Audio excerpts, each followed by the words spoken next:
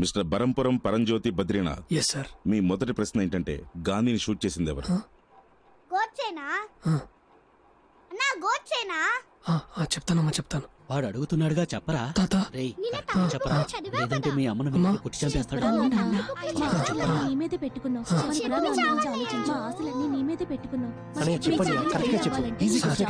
ఇద్దరు సార్, ఇద్దరు సిక్కులు, సత్వంత్ సింగ్, పియాన్ సింగ్ ఆవిడతో పాటు నడుచుకుంటూ వెళ్తున్నారు. 33 బుల్లెట్లు తిరిగి టప్పున కాల్చారు సార్. అందులో 30 బుల్లెట్లు ఆవిడ శరీరంలోకి దిగబడ్డాయి. సార్ మీరు అడిగింది ఇందిరాగాంధీ గురించే కదా సార్? ఎందుకంటే నేను ఎంఏ ఎంఫిల్ చదివాను సార్. మహాత్మా గాంధీని చంపింది గాడ్సే అని ఫస్ట్ క్లాస్ పిల్లాడిని అడిగినా చెప్తాడు సార్. సార్ నేను క్లర్క్ని సార్, దాంతోనే సరిపెట్టుకున్నాను.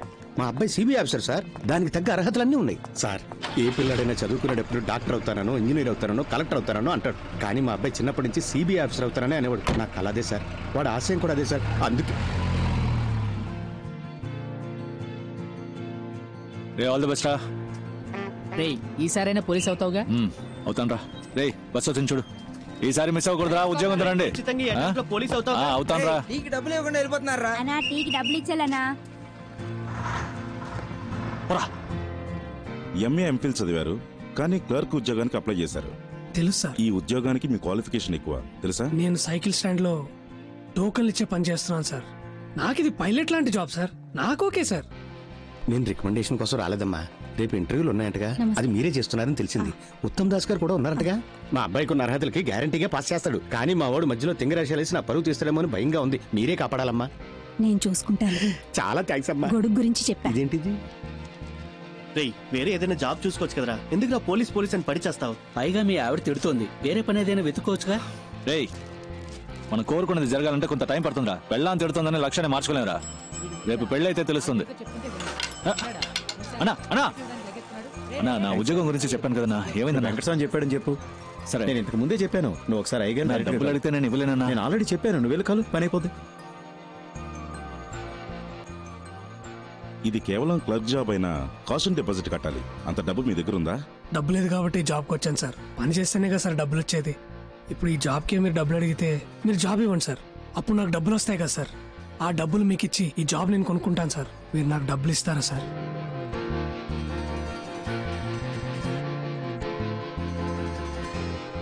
ఐ మీన్ నాకు ఈ ఉద్యోగం ఇస్తారా సార్? బాబు నీకు కొంచెం నోటు దోలు ఎక్కువగా ఉన్నట్టుంది. అది కొంచెం తగ్గించుకుంటే నీకు మంచి ఉద్యోగం దొరుకుతుంది. బాబు నేను చెప్పేది జాగ్రత్తగా విను. ఇప్పుడు జరిగేది recruitment for sub inspector of police Tamil Nadu. ఇందులో మొత్తం వేకెన్సీస్ 1211. కానీ అప్లై చేసింది 44,937 మంది. కావాల్సింది ఇంతమంది, కానీ అప్లై చేసింది అంతమంది. ఇప్పుడు నేను ఓపెన్గానే చెప్తాను. ఇప్పుడున్న 1211 సీట్లలో 300-400 సీట్లు మెరిట్ బేసిస్లోనే పోతాయి.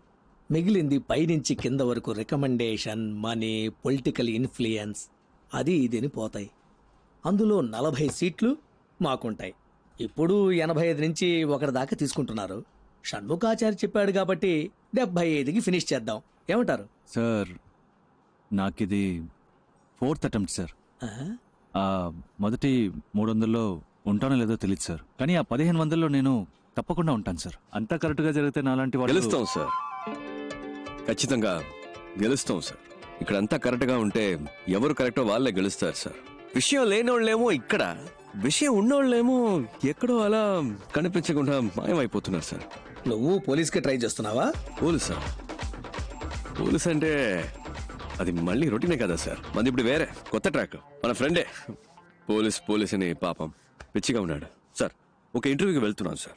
ఏదో తప్పు చేస్తున్నాం, ఏదో మిస్ అయ్యాం. అప్పుడు ఆ జాబ్ రాకపోతే ఓకే, కానీ కరెక్ట్ గా పర్ఫామ్ చేసి క్వాలిఫికేషన్ ఉండి అప్పుడు ఆ ఉద్యోగం రాకపోతే ఇంటికెళ్ళి అద్దం ముందు నిలబడినప్పుడు మన ఏంటి, మనకేం తక్కువ, మన బతుకేంటి ఏంటో బుర్ర పంచేది పిచ్చెక్కుతుంది సార్. అలా పిచ్చెక్కకుండా ఉండాలంటే 75 రెడీ చేయమని చెప్తున్నా. అప్పుడు ఇంటికెళ్ళి అద్దం చూసుకోండి, బ్రైట్ గా ఉంటుంది సార్. ఆ 75లోనే క్యాష్ కొంచెం తగ్గుతుంది సార్. How much? ఒక 74 అంతే సార్. అడ్జస్ట్ అవుతారా సార్? ఆ 1000 కూడా బయట ఒకతను, అతని పేరు కలవడానికి వచ్చేటప్పుడు బయట ఒకరు తీసుకున్నారు సార్. నా టైం వేస్ట్ చేయకండి. ఈ రోజు నా బర్త్డే. అరే సార్ పుట్టినరోజు శుభాకాంక్షలు sir. Many more happiness of the day. 30 complete అయిందా సార్? బయటికి పోండి. సార్ సార్ సార్, నేను సార్, సారీ ఇచ్చేస్తాం సార్. సార్, ఇచ్చేద్దాం రా. Sorry sir. లేదు సార్, వాడికి ఇవ్వడం పాపం అలవాట్లేదు సార్. నేను ఇస్తాను సార్. అదేదో త్వరగా ఇచ్చేసి. సార్ నేను ఇస్తాను రా.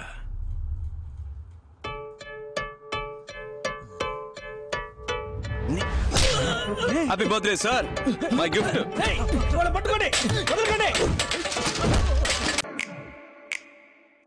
మళ్ళీ వస్తాను. రేపటి నుంచి పోలీస్ వారా? రిజల్ట్ రానిరా. వాడితో బయటే మాట్లాడి పంపించుండొచ్చు కదే. ఎందుకు లోపలికి రానిచ్చావు? ఏంట్రా చూసే వాళ్ళు ఏమనుకుంటారు? నీతోనే మాట్లాడుతున్నానే. ఎందుకు ఇంకో మగాడు ఇంట్లోకి రావాలని అడుగుతున్నా? మగాడంటే కష్టపడి సంపాదించి ఆ డబ్బుతో పెళ్ళాన్ని పోషించాలి. అసలు నేను ఎలా బతుకుతున్నానో తెలుసా? చిరిగిన చీర కట్టుకొని. ఒక్కరోజైనా అడిగావా ఇదేంటని? నువ్వేమైనా కొని చచ్చావా? కొనలేదుగా. అనుమానాలు మాత్రం బానే పడుతున్నావు. ఇంకా పోలీస్ అవ్వలేదుగా. పోలీస్ అయినప్పుడు అడుగు, అప్పుడు నేను చెప్తాను. వీడి దగ్గర అప్పు తీసుకున్నాను, వీడికి వడ్డీ కడుతున్నాను, అవన్నీ వసూలు చేయడానికి నట్టింట్లో అడుగు పెట్టారని ధైర్యంగా చెప్తాను. పెద్ద పోటుగాళ్లాగా అలా ఉండు ఇలా ఉండని చెప్పొచ్చాడు.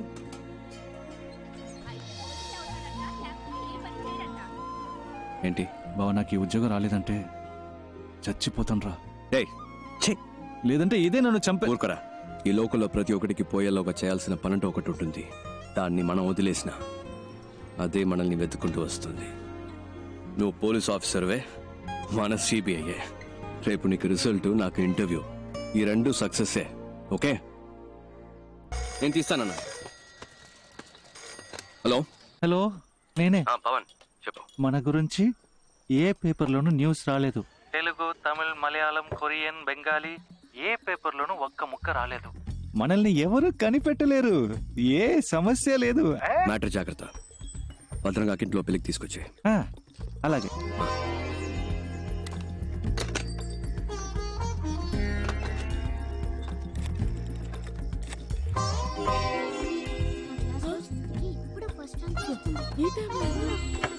మాట్లాడుకుంటే చదువుకోండి.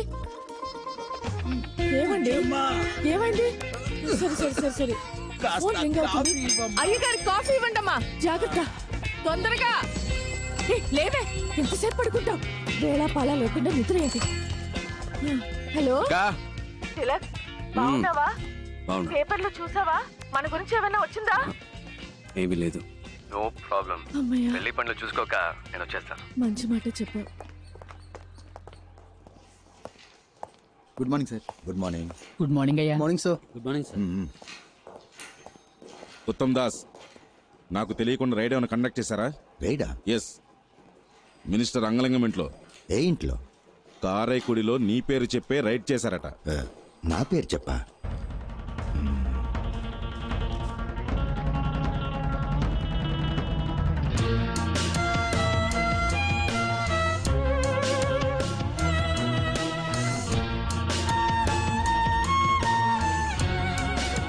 చూడండి సార్, కేవలం 10 రూపాయల కట్లు మాత్రమే వదిలేసి వెళ్ళారు. వాడు నాశనం అయిపోను.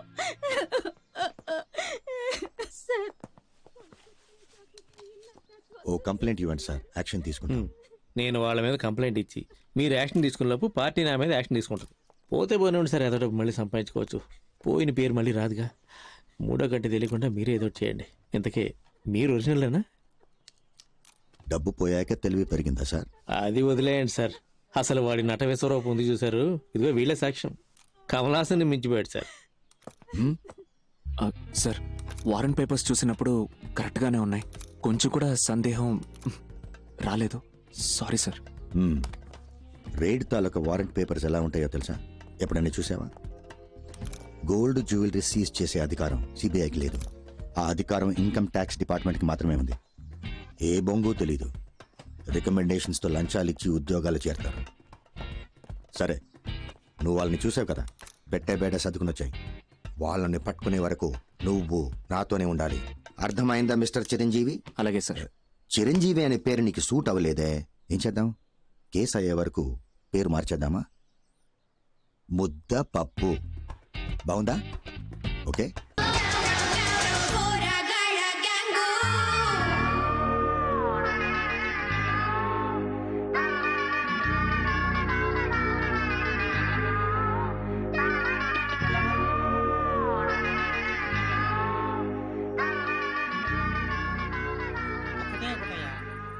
బావా అరటి పండు తింటావా?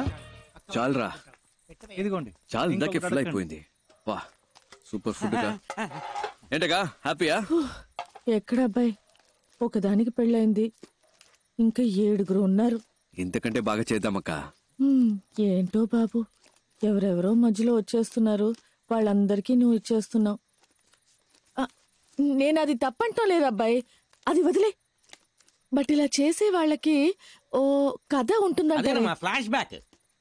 అదే బాబు ఇంట్లో ఎవరైనా చనిపోయి ఉంటారు. బాబు నీ మనసులో ఏదైనా ఉంటే మాతో చెప్పు, మేము పంచుకుంటాం. నీకు ఇష్టమైతేనే చెప్పు, లేకపోతే నో ప్రాబ్లం. ఒక్క నిమిషం, ఎక్కువ టైం తీసుకుంటావా? నాకు స్లీపీగా ఉంది. నువ్వు ఊరుకోవయ్యా. రాజకీయ నాయకుల ఇళ్లలో మిమ్మల్ని రైడ్ చేయమంటే మీరు ధైర్యంగా రైడ్ చేస్తారా? తప్పకుండా చేస్తాను సార్. అంటే ప్రాబ్లం వస్తే మీ అబ్బ చూసుకుంటాడా? ప్రాపర్ ఆర్డర్స్ లేకుండా, హైయర్ ఆఫీషియల్స్ అనుమతి లేకుండా ఏది పీకకూడదు, అర్థమైందా? సారీ. సరే, నీకు తెలిసిన ఓ సామెత చెప్పు, విందాం. సడన్ గా నాకు జ్ఞాపకం రావట్లేదు సార్. నాకోటి గుర్తుకొస్తుంది, చెప్పమంటావా? సార్, లోతు తెలుసుకోకుండా కాలు పెట్టకూడదు. నీకు అర్థం కాలేదు కదా, మీ నాన్న అడుగు, చెప్తాడు. అర్థమైంది sir. Okay, interview is over, ఇక నువ్వు వెళ్ళొచ్చు. You may leave.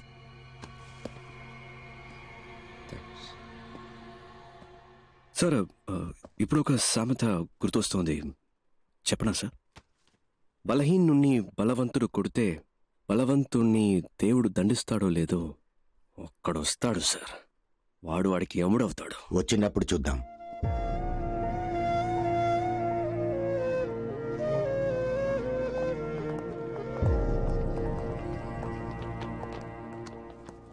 ఏయ్, లోపలన్నీ పంచు డైలాగులు కొట్టి బయటకొచ్చి డల్ అయ్యేవేంటి? చూడు, ఈ ఆఫీస్లో నీకు జాబ్ ఇప్పించడం పెద్ద పనేం కాదు. సరే, అది అలా ఉంచు. మీ నాన్న ఆఫీస్లో టీ కాఫీలు అందిస్తుంటాడు. నీకు జాబ్ వస్తే అదే టీ కాఫీ నా పక్కన కూర్చుని తాగుతావు. మీ నాన్న కార్ డోర్ తీసి వెళ్ళిపోతాడు, కానీ నువ్వు అదే కారులో నా పక్కనే కూర్చుంటావు. ఇవన్నీ కొంతమందికి నచ్చుతాయి, కానీ నాకు ఇలాంటివి అస్సలు నచ్చవు. అలాగని నేను చెడ్డవాడిని కాదు. నీకు ఖచ్చితంగా ఈ ఆఫీస్లో జాబ్ ఉంటుంది. సర్వీస్లో ఉండగా మీ నాన్న అని పైకి వెళ్ళాడనుకో, ఆ ప్యూన్ జాబ్ నీకేగా. టీ కాఫీ అందించచ్చు, కార్ డోర్ తెరవచ్చు, ఈ ఆఫీస్లో నువ్వేమైనా చేయొచ్చు. ఇంటికెళ్ళి జరిగిందంతా మీ నాన్నకి చెప్పు, ఆయనకి అర్థమవుతుంది. లేదా బల్క్ అమౌంట్ రెడీ చేసుకుంటారా. ఎంత పైకి ఎగిరినప్పటికీ పిచ్చుక పిచ్చుకే, గద్ద గద్దే. బాగుంది కదా సామెత? వెళ్ళి జరగాల్సిన పని చూడు, వెళ్ళు.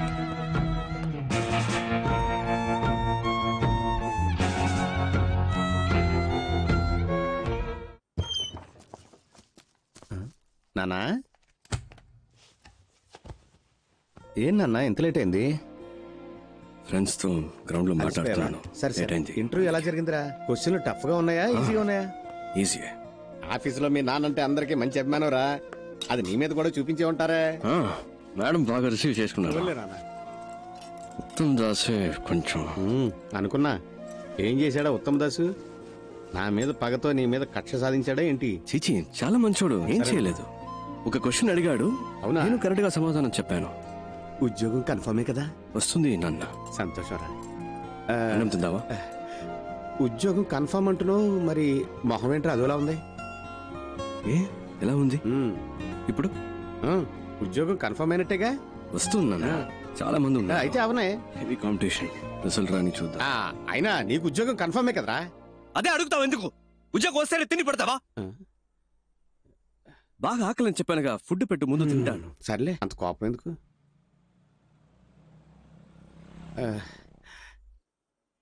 నాన్నా, అది ఓ సాధారణ క్లర్క్ కొడుకు కదా నువ్వు, నీకు ఆఫీసు ఉద్యోగం ఎందుకు? అలా అని ఎవరు అడగలేదు కదా నాన్న? ఏదేదో మాట్లాడకు నాన్న. అది కాదురా, సర్వీస్లో ఉండగానే మీ నాన్న చచ్చిపోతే ఆ ఉద్యోగం నీకే వస్తుంది, వెళ్ళి మీ నాన్న చచ్చిపోమని చెప్పు అని అని ఎవరు చెప్పలేదమ్మా.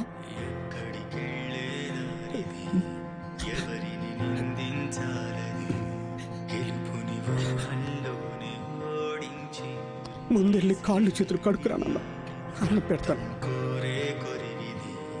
రాత్రి పగలు తొలిగా శ్వాసే పిలుచులో గొంతులి బతికిది.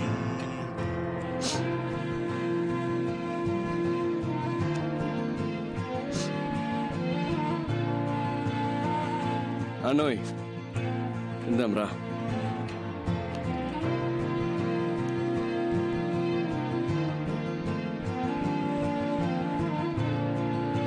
అన్నా అన్నా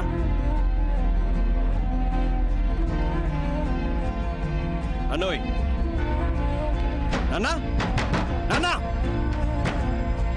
నాన్న వినిపిస్తోందా? అలా మాట్లాడవేంటి? తలుపు తీవేంటి నాన్న? నాన్న తలుపు తీయమని చెప్తున్నా కదా. ఏం చేస్తున్నావు లోపల? నాన్న తలుపు తీ. లోపల ఏం చేస్తున్నావు? ఎన్నిసార్లు కొట్టాలి? తలుపు తీవే. నేను బాత్రూమ్ కూడా పోకూడదంట్రా. తలుపు తిరిగిపోయినా కొట్టాడు. పోనీ ఊ కొట్టొచ్చుగా. మనమేం మాట్లాడుతున్నావు? నువ్వు లోపలికి వెళ్ళి తలుపేసుకుంటే నాకేం అనిపిస్తుంది? నీకు ఉద్యోగం రాకపోతే నేనెందుకు చేస్తాను రా పిచ్చాడా. ముందెళ్ళి మొంగడుకురా, భోజనం చేద్దాం. బావ నాకు ఈ ఉద్యోగం రాలేదంటే చచ్చిపోతాను రా.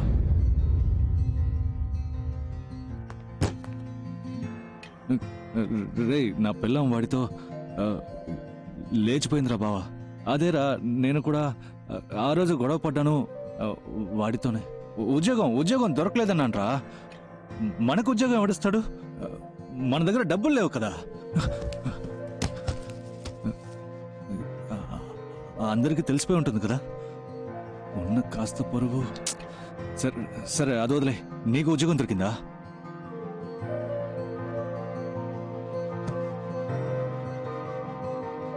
లేదా? ఇక్కడున్నావా? నువ్వు నన్ను వదిలేసి వెళ్ళిపోయామో అనుకున్నాను. తెల్లారితే నా మొహం ఎవరికి చూపించలేను కదా. వాడు అడిగిన ఆ 75,000 వాడికి ఇచ్చేస్తుంటే పోయేదేమో. చేతిలో డబ్బులు లేకపోతే మనకు ఉద్యోగం రాదు కదా. వీళ్ళు మన లైఫ్తో ఆడుకుంటున్నారు కదా. దొంగల కొడుకులు.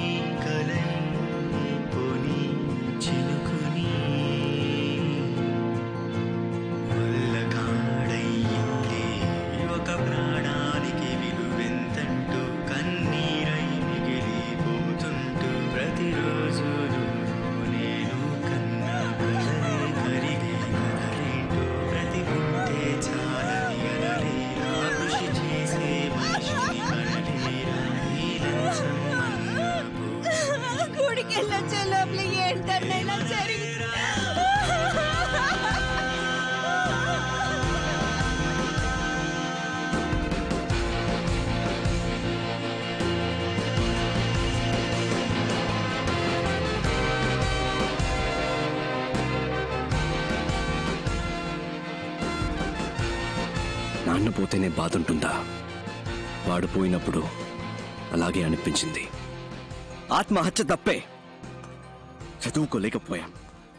చదివిన చదువుకి ఉద్యోగం లేదు అని చచ్చిపోతే దానికి పేరు ఆత్మహత్య కాదు, హత్య. వాణ్ణి చంపేశారు. వాళ్ళెవరైనా ఊరికే వదిలిపెడతానా?